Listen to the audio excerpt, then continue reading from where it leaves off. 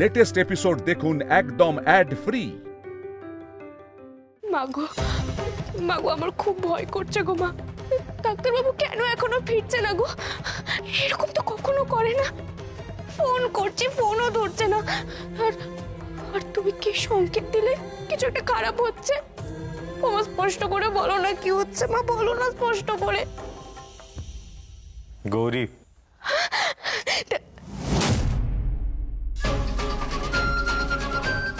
ডাক্তারবাবু,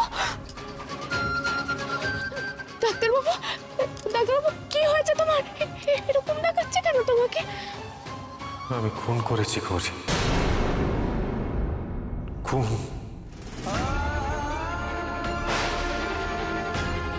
কি কি পাগলামি হচ্ছে ডাক্তারবাবু এগুলো? হ্যাঁ, তুমি কি বলছো এগুলো? হ্যাঁ গৌরী, এই হাত দুটো আজকে একটা তরতাজা ছেলেকে খুন করেছে। মানে কিভাবে? অপারেশন করতে গিয়ে। মা বুঝি এই জন্যই বিপদের সংকেত দিচ্ছিল।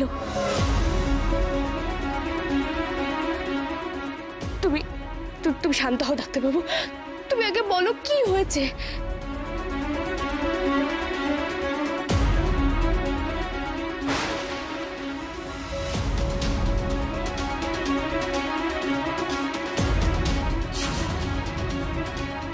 ভাই, তুই এখানে? ঘোষ আঙ্কেল এসেছেন, তোকে ডাকছে, একটু আয়। তোমাকে তো আমি সবটাই বললাম দেবু। দেখো, আমিও ভাবতে পারিনি যে ঈশানের হাতে এরকম একটা ঘটনা ঘটতে পারে, বাট অ্যাক্সিডেন্ট ইজ অ্যাক্সিডেন্ট, বলে কয়ে হয় না। ঈশানেরও হয়তো কোনো ভুল হয়ে গেছে। ডক্টর ঘোষ, আপনি বলছেন ঠিকই, কিন্তু আমি বিশ্বাস করতে পারছি না যে ঈশান কোনো ভুল করতে পারে। আচ্ছা, ওর এই শরীর খারাপটা হয়েছিল কি করে? তুমি এই পয়েন্ট একদম ঠিক ধরেছো দেবু। এই প্রশ্নটা আমারও, যে ঈশান হঠাৎ অসুস্থ হয়ে পড়লো কি করে, এটা আমাকে জানতেই হবে। কারণ আমি যতদূর খবর পেয়েছি, ঈশান যখন ওটিতে ঢুকেছিল তখন ও সম্পূর্ণ সুস্থ ছিল। আর ঈশানের মতো একজন সিনসিয়ার ডাক্তার, সে কখনো অসুস্থ বোধ করলে ওটি স্টার্টই করতো না। স্যার, আপনি, আমি কি করে ফেললাম বলুন তো স্যার? ছেলেটা আমার কাছে ট্রিটমেন্ট করাতে এসেছিল। ওর একটা বয়স্ক বাবা আছে স্যার। ও সুস্থ হয়ে একজন সন্তানের কর্তব্য করতে চেয়েছিল, আর আমি কিনা তাকেই মেরে ফেললাম। এসব কথা একদম মনেও এনো না ঈশান। দেখো, লোকে আমাদের ভগবান ভাবে, কিন্তু আমরা তো জানি যে আসলে আমরা ভগবান নই। আমরা রক্ত মাংসের মানুষ। বাঁচা মরা এসব আমাদের হাতে নয়। আমরা বড়জোর চেষ্টা করি মানুষকে সুস্থ করে তোলার, কিন্তু আমাদের ভুল ত্রুটিও হয়, আবার শরীর খারাপও হয়। কিন্তু স্যার, আমার ওটি টাইমেই তোর মৃত্যুটা হয়েছে।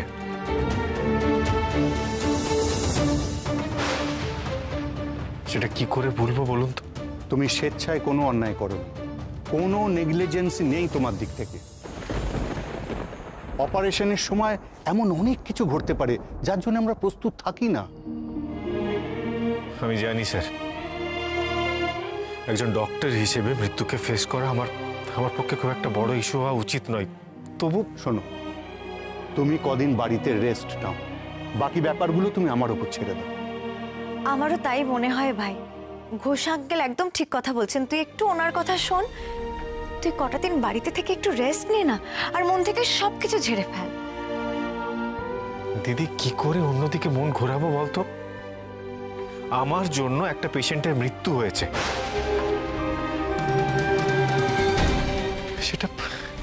সেটা কি করে বলবো আমি? বারবার এক কথা বলো না ঈশান। দেবু, হ্যাঁ বলুন। ঈশান যদি সমানে একই কথা বলে যায়, মুখ বন্ধ না রাখে, তাহলে ওই কিন্তু বড়ভাবে ফাঁসবে।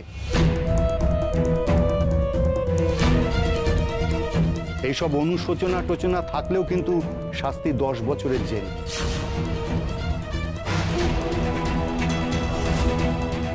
এমনকি ডাক্তারি লাইসেন্সটাও ক্যান্সেল হয়ে যেতে পারে। কি মজা তাই যেন হয়, চাকা ঘুরছে, আমার ভাগ্যের চাকা এবার ঘুরছে। খবরদার ডাক্তারবাবু, এরকম কথা তুমি আর মুখেও আনবে না। তোমার জন্য কোনো মানুষের ক্ষতি হতে পারে না গো। আর যদি এরকম অলক্ষণের কথা তোমার মুখে শুনেছি তাহলে কিন্তু খুব খারাপ হয়ে যাবে। চলো তো ঘরে বিশ্রাম নেবে, চলো। তুমি ওকে একটু চোখে চোখে দেখো, ওকে ওর ট্রমা থেকে বার করতেই হবে, আর সেটা একমাত্র পারবে তুমি, গৌরী। ডাক্তারবাবুকে আমি কিছুতেই এভাবে ভেঙে পড়তে দেব না, কিছুতেই না। আমি যা চেয়েছিলাম তাই ফলছে। এবার একে একে সব যাবে ঈশানের। ঈশান এদিকে তিলে তিলে শেষ হবে, আর গৌরী তত যন্ত্রণা পাবে।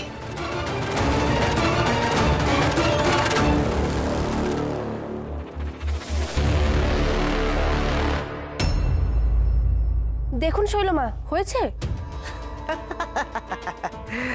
বাহ, দারুণ হয়েছে, খুব ভালো হয়েছে।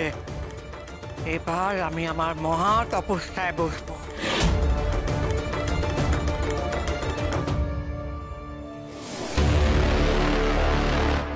শৈল, তোমার শরীর ভালো নয়। এই অবস্থায় তুমি না খেয়ে না ঘুমিয়ে সারা রাত জেগে তপস্যা করবে? থামো তুমি। অসুস্থ অসুস্থ আমি জানি, আমি অসুস্থ। সুস্থ হবো বলেই তো এই তপস্যা করছি, মহা তপস্যা। এরপর থেকে আমার কোনো ওষুধ, কোনো ইঞ্জেকশন কিছু লাগবে না। আমি আপনি আর সুস্থ হয়ে উঠবো আগের মতো। তাই যেন হয়, কিন্তু তার সঙ্গে তো ওষুধটাও খেতে হবে। চুপ করো, তুমি ভুলে যাচ্ছ আমি শৈলমা। আমি চাইলে স্বর্গ মর্ত পাতাল সব এক করে দিতে পারি। এই সামান্য রোগ সারানো তা কোনো ব্যাপার নাকি আমার কাছে? বিরক্ত করো না তপস্যার আগে, যাও।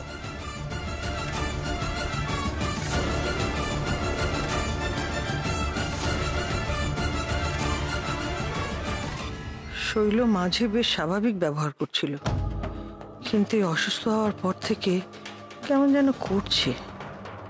মাঝ থেকে আরো অসুস্থ হবে। আমি জানি ওর এই তপস্যায় কোনো ফল লাভ হবে না। তার উপর শৈল যদি আবার কোনো অন্যায় করে তাহলে তো সর্বনাশ। না, আমাকে গৌরীর সাথে কথা বলতে হবে। একমাত্র গৌরী ভরসা।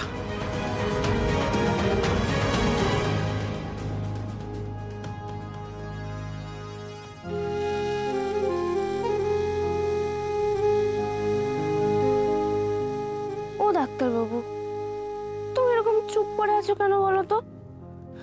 তুমি চুপ করে থাকলে কিন্তু আমার একদম ভালো লাগে না। কথা বলো না। তুমি কি আমার সঙ্গে কথা বলবে? নাহলে কিন্তু আমি মায়ের সঙ্গে গল্প করতে চললাম। এই আমি গেলাম কিন্তু।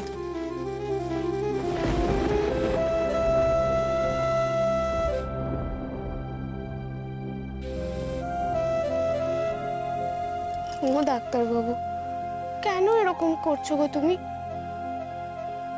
আমি তো জানি তুমি কখনো কোনো খারাপ কাজ করতে পারো না। তুমি তো আমার কথা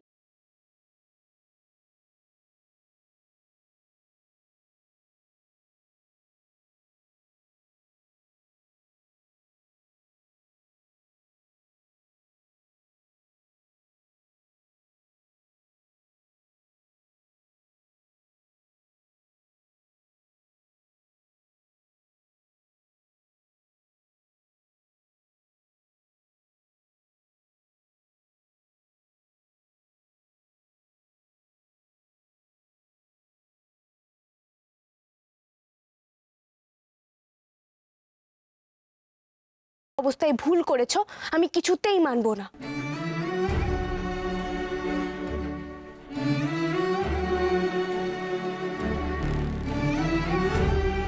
আচ্ছা ডাক্তারবাবু, চলো তো, সবে চলো, ওঠো। থাক গৌরী, আমার এখন ঘুম আসবে না। আমি বরং একটু বসি। শুলেই ঘুম আসবে? কেন এত চিন্তা করছো তুমি? এত ভাবে না লক্ষ্মীটি আমার। চলো শোবে, চলো চলো, আর বসে থাকতে হবে না, ওঠো।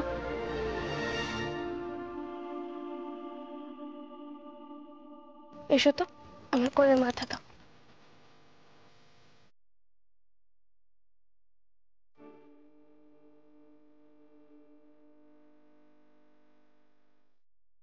অত চিন্তা করো না ডাক্তারবাবু, সব ঠিক হয়ে যাবে গো।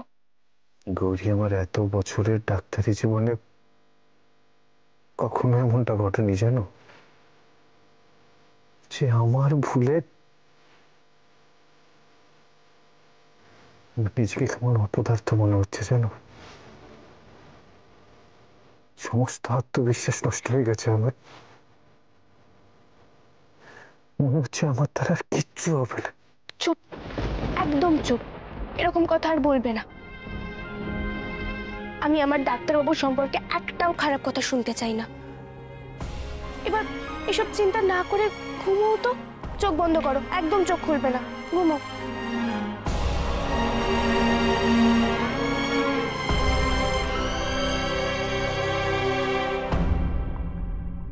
মাগো, আমি জানি না কি হয়েছে, কিন্তু আমি এইটুকু জানি ডাক্তারবাবু কখনো কোনো খারাপ কাজ করতে পারে না।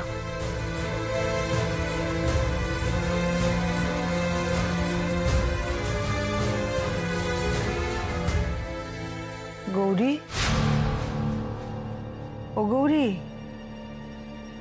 ঘুমোলি নাকি?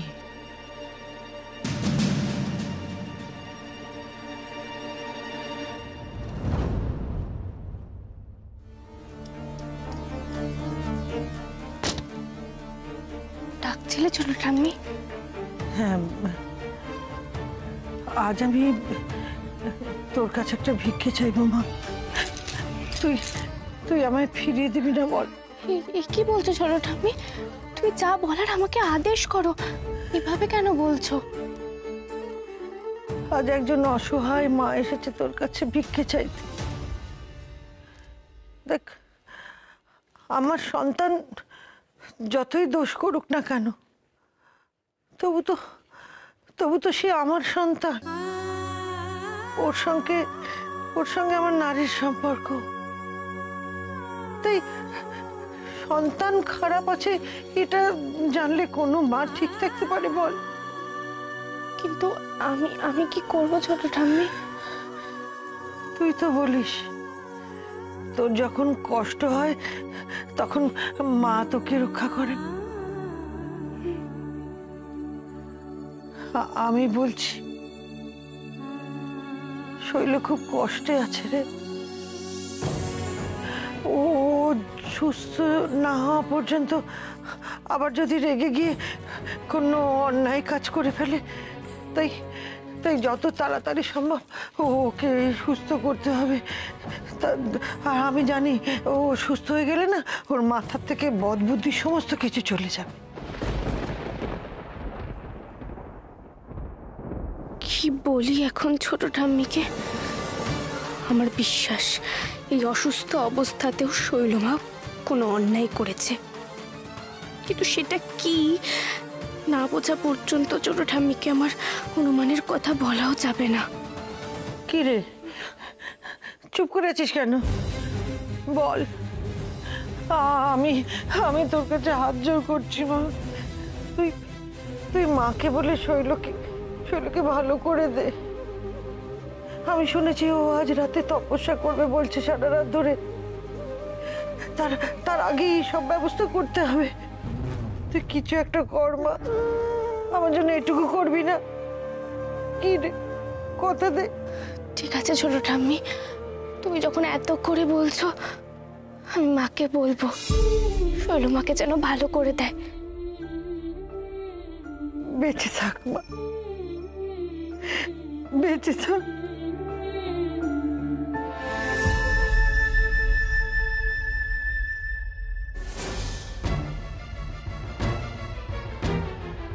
ওইদিকে যাওয়া যাবে না, শৈলমার নিষেধ আছে। আমি যাবই, আমার দরকার আছে। ওইদিকে গেলে শৈলমার ধ্যান তপস্যায় বিঘ্ন ঘটবে। আমাকে যদি যেতে না দাও আমি কিন্তু চেঁচামেচি অশান্তি শুরু করব।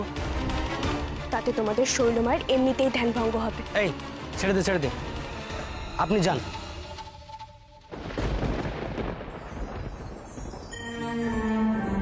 মা গো, ছোট ঠাম্মি বড্ড কষ্ট পাচ্ছে গো শৈলমায়ের জন্য।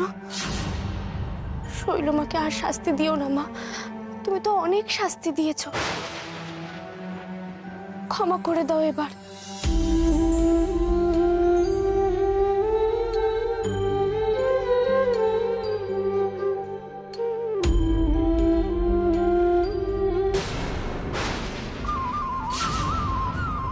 ও মা, মা ফেলে দিও না তুমি এভাবে। আমি জানি মানুষ তার কৃতকর্মের ফল ভোগ করে, যার ভাগ্যে যতটা শাস্তি তাকে পেতেই হবে।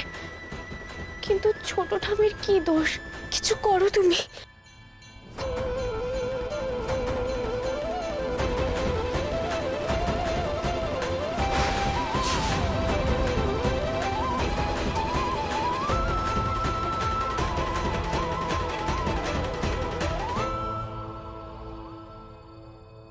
বাবার মাথায় মা ফুল কেন ফেললো? তবে কি মা কিছু বলতে চাইছে? এটা কিসের ইঙ্গিত? त्र्यम्बकं यजामहे सुगन्धिं पुष्टिवर्धनं उर्वारुकमिव बन्धनान् मृत्योर्मुक्षीयमामृतात् त्र्यम्बकं यजामहे सुगन्धिं पुष्टिवर्धनं उर्वारुकमिव बन्धनान् मृत्योर्मुक्षीयमामृतात्। ডাক্তারবাবু, আপনি বলছেন যখন, আমি আজকেই ভর্তি হতে চাই। দয়া করে আপনি আজই আমার অপারেশনটা করিয়ে দিন।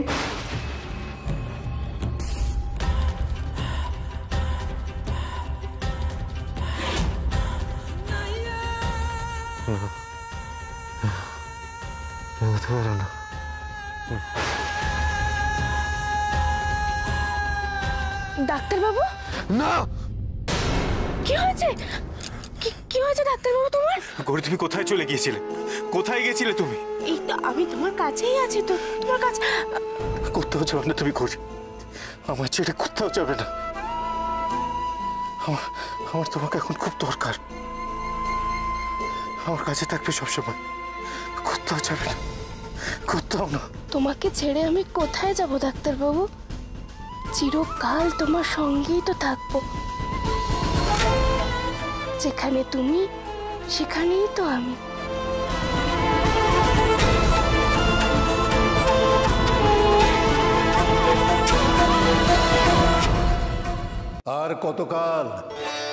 আর কতকাল তোরা বাবাকে মায়ের কাছ থেকে আলাদা করে রাখবি?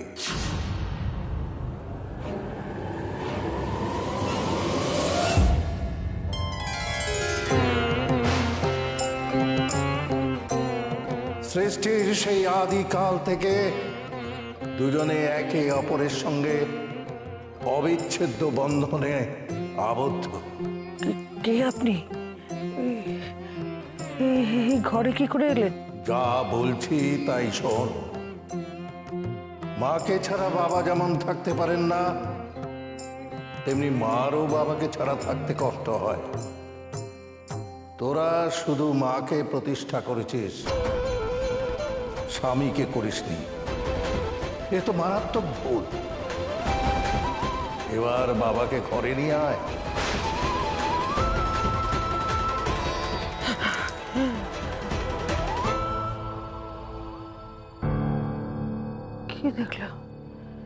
কি দেখলাম আমি? কি হচ্ছে এটা? কি হ্যাঁ, তুই শান্তিতে ঘুমোতেও দেবে না নাকি? যেন আমি একটা স্বপ্ন দেখলাম। স্বপ্নে খুশি করেছে তোমার স্বপ্নে? নিজের স্বপ্ন নিজে দেখো, আমাকে বিরক্ত করছো কেন? স্বপ্ন দেখে শুয়ে পড়ো।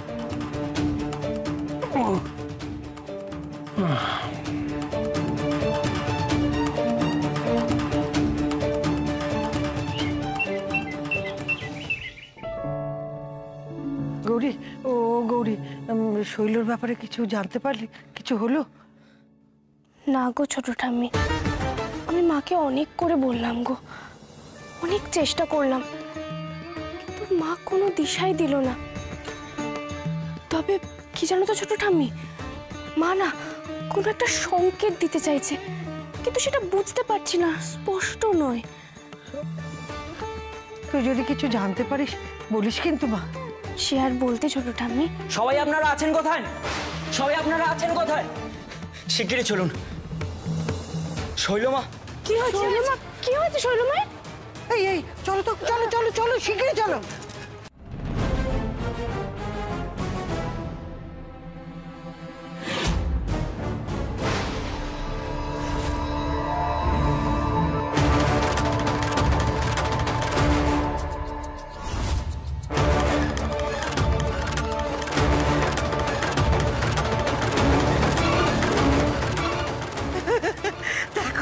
দেখতে পাচ্ছ তোমরা আমি কি সুন্দর হাত নাড়াতে পারছি, দেখো। এবার আমি আমার তপস্যার জোরে একেবারে সুস্থ হয়ে উঠবো। শুধু প্রত্যেক রাতে আমাকে মহা তপস্যা করতে হবে। এক রাতের তপস্যাতেই শৈলর হাত এতটা ভালো হয়ে গেল? শৈলমা যদি মায়ের কৃপায় ভালো হয়ে থাকে তাহলে এইটুকুই বা কেন? মা সুস্থ করলে তো সম্পূর্ণ সুস্থ করে দেবে। আজ একটা ভালো দিন, মহাশিবরাত্রি, তাই আজকের দিনে সবার ভালো হবে এ তো স্বাভাবিক। তাই তো শৈল ভালো হয়ে উঠেছে। দাদা, আমি না একটা অদ্ভুত স্বপ্ন দেখেছি। স্বপ্নে দেখলাম একজন যোগী পুরুষ আমায় বলছেন যে মায়ের একা থাকতে খুব কষ্ট হচ্ছে, তাই বাবাকে নিয়ে আসতে।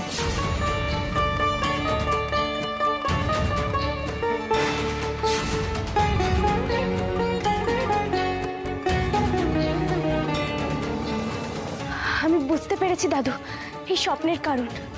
এই মহাশিবরাত্রির পবিত্র দিনে বাবাকে বাড়িতে আনতে হবে, সেই সংকেতই মা দিতে চেয়েছিলেন।